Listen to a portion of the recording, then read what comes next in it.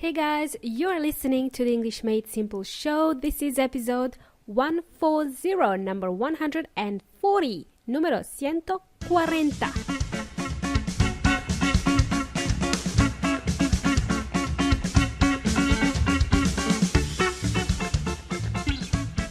What's up, amigos y amigas? How's it going? Welcome to the English Made Simple show. My name is Milena from englishmadesimple.net, englishmadesimple.net. So today is another special episode of the EMS show, of the English Made Simple show. And that's not to say that none of the previous episodes were special. They were, of course they were.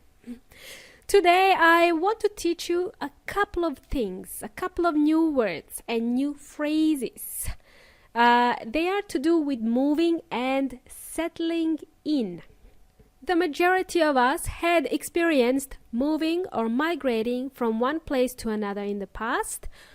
It could be that you moved houses or suburbs or cities like I did. Heck, I even moved countries. I had moved countries twice and had moved multiple cities many times. Nomad, vagabond, call me what you will. Isn't that the song by Metallica? Sure, that was a line from one of the songs by Metallica. It's called Wherever I May Roam. Wherever I May Roam. That song was written about me. Okay, no, it wasn't, but it would have been nice though. Okay, James? Right. So, I had moved from Serbia to Auckland in New Zealand. I had moved from Serbia to Auckland, then from Auckland, moved to the Gold Coast in Australia, then to Melbourne, from Melbourne to Santiago de Chile, then back to Melbourne, and now to Adelaide. Adelaide, what can I say? It's in a different time zone to Melbourne, did you know? It's only half an hour back from Melbourne. Time zone in Spanish is zona horaria. Basically, when I have to speak with my family in Melbourne, I have to look at my watch and think 30 minutes back, okay? It is a 30-minute difference in time. Only 30 minutes. So annoying, really annoying. Anyway, I've got a lot of experience with moving. However, having said this, I have to admit that my home is still Melbourne. I have to admit that Melbourne is still my home. Melbourne just feels familiar. I'm used to it. I have spent 8 years living in Melbourne. I have spent 8 years living there. Just feels like home, you know what I'm saying? That's all.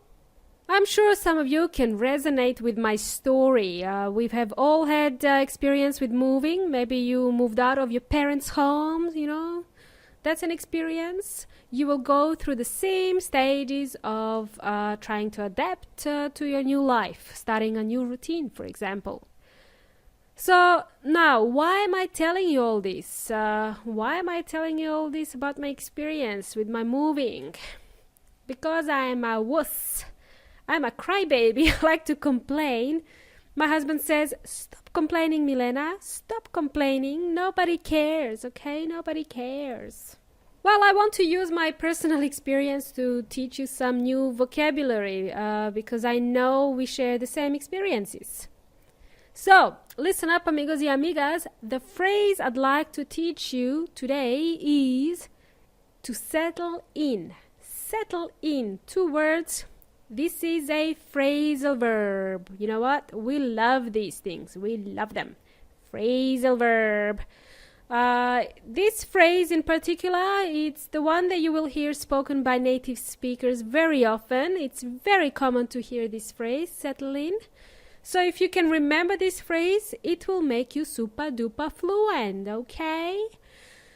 So let's bring in Weon Inteligente, okay? According to Weon Inteligente, or the online dictionary, the phrasal verb to settle in means to become familiar with somewhere new, such as a new house, job, or school, and to feel comfortable and happy there.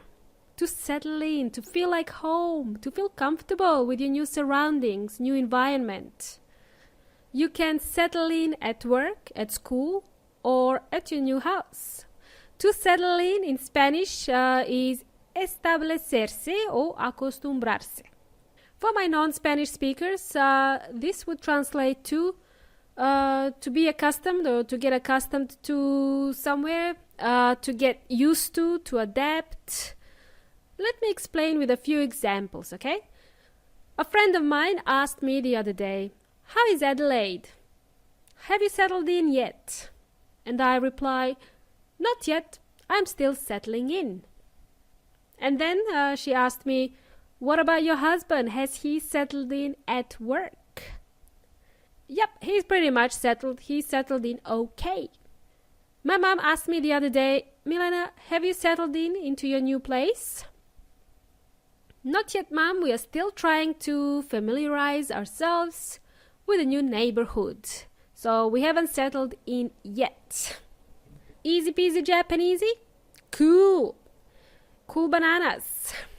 You know what I miss the most from Melbourne? I miss going out to the cafes. I think Melbourne is the coffee and food capital of Australia. My husband thinks I'm just spoiled. Spoiled like a princess. He also says I should stay at home to prepare my own coffee. To which I reply, "Nah, no way, Jose. Shut up and cállate."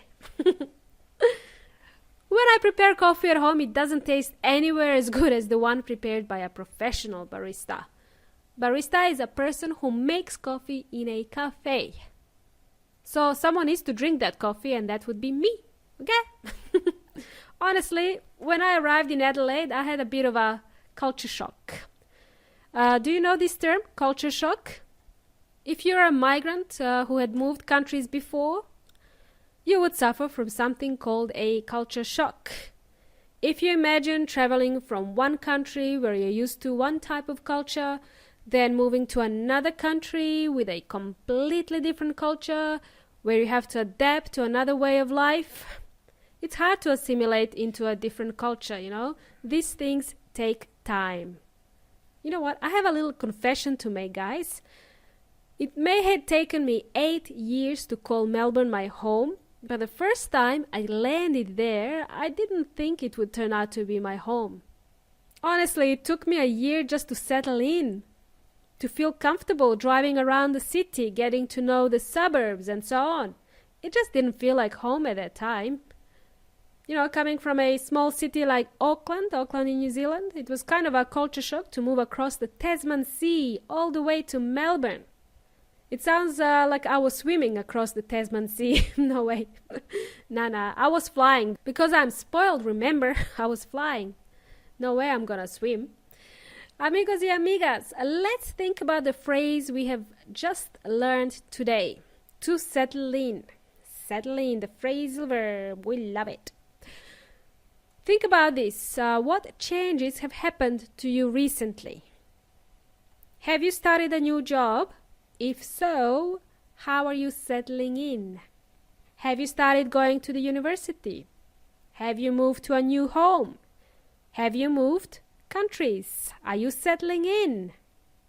And the way to answer this question would be, yes, I'm doing quite well. I feel more settled. Thank you for asking.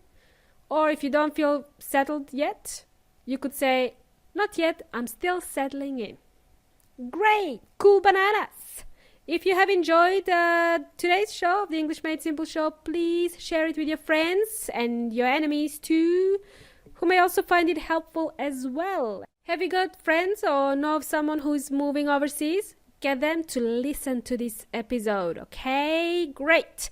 Thanks for joining me in today's show. You've been jamming with Milena from EnglishMadeSimple.net. It's been a pleasure as always. Catch you later, muchachos y muchachas. Until next time, hasta la próxima.